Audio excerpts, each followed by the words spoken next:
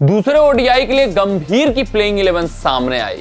कोहली के खेलने के ऊपर बड़ी फरमान सुनाई।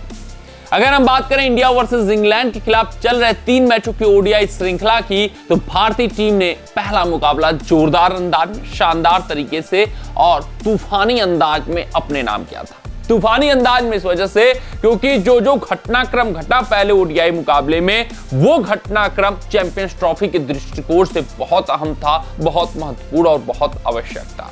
क्योंकि अगर हम डिफॉल्ट प्लेइंग 11 देखें तो वहां पर प्लेइंग 11 में नाम था विराट कोहली का, नाम था श्रेयस अय्यर का, लड़ाई यशस्वी वर्सेस शुभमन गिल के बीच थी। लेकिन गंभीर के दिमाग में अलग बातें चल रही थी, उनके जहन में अलग चर्चाएं चल रही थी। वो चर्चा कर रहे थे कि यशस्वी को प्लेइंग 11 में फिक्स करने का, वो चर्चा कर रहे थे कि शुभमन गिल को भी प्लेइंग 11 में फिक्स करने का, लेकिन वो चर्चा ये नहीं कर रहे थे कि आखिरकार कैसे।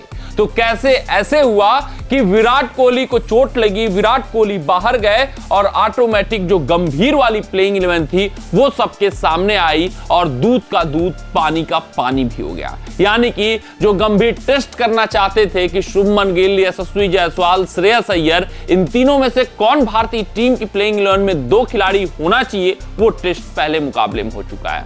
अब दूसरे ओडीआई मुकाबले की बात करें तो वहां पर थोड़ा सा प्लेइंग 11 में बदलाव होता हुआ दिख रहा है, क्योंकि पहले मुकाबले में ही पिक्चर साफ हो चुका है कि भारतीय टीम का प्लेइंग कॉम्बिनेशन चैंपियंस ट्रॉफी के दृष्टिकोण से क्या कुछ होने वाला है, गंभीर की सोच क्या कुछ होने वाली है। तो दूसरे ओडीआई मुकाबले में वो अपने सबसे मजबूत प्लेइंग 11 को खिलाने वाले हैं और उन्होंने विराट कोहली के ऊपर बड़ी फरमान भी सुना दी है।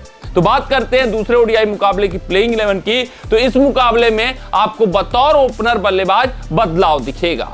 यहां पर यशस्वी जायसवाल ओपन करते हुए रोहित शर्मा के साथ नहीं दिखने वाले हैं, शुभमन गिल बतौर ओपनिंग बल्लेबाजी करते हुए दिखेंगे, क्योंकि विराट कोहली की वापसी तय हो चुकी है। विराट कोहली डिक्लेयर्ड फिट हो चुके हैं। विराट कोहली के ऊपर अब कोई संशय नहीं है। पिछले मुकाबले में थोड़ा सा नी में सूजन आ गया था, जिस वजह से श्रेयस अय्यर जो प्लेइंग 11 से बाहर थे, उनकी एंट्री हो जाती है। मतलब जो भी चीजें गंभीर गलत करने का सोच रहे होंगे, वो चीजें अपने आप ही सही होती हुई दिखी, क्योंकि श्रेयस अय्यर अगर बात करें ओडीआई फॉर्मेट की तो 48 का औसत है, बेहतरीन अंदाज में खेलते हैं ओडीआई फॉर्मेट, और जब भी मौका मिला है अपने आप को प्रूव किया इस खिलाड़ी ने। ओडीआई वर्ल्ड कप 2023 में भी ये शतक ठोक चुके हैं, बेहतरीन इनका वहां पर प्रदर्शन था। उसके बाद भी जब ये ओडीआई फॉर्मेट में बल्लेबाजी किए हुए हैं, जोरदार और शानदार प्रदर्शन रहा है। तो श्रेयस अय्यर को बाहर करने का तूफानी सोच रहे थे गंभीर, लेकिन विराट कोहली की जो चोट थी उनको सुरक्षित कर चुकी है। अब भारतीय टीम की प्लेइंग 11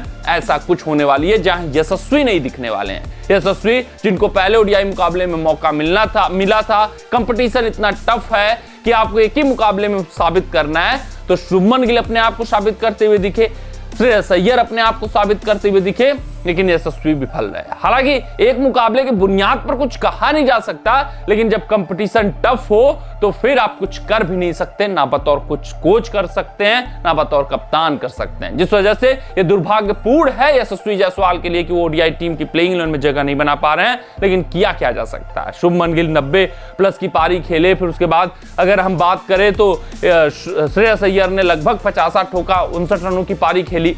फिर उसके बाद जो भी मौके मिले अभी तक इससे पहले श्रेयस अय्यर को तो साबित करते हुए अपने आप को दिखे हैं। तो नंबर 3 पर कोहली, 4 पे श्रेयस, 5 पे केएल राहुल बतौर विकेट कीपर बल्लेबाज फ्लेक्सिबिलिटी देते हैं भारतीय टीम की प्लेइंग 11 को।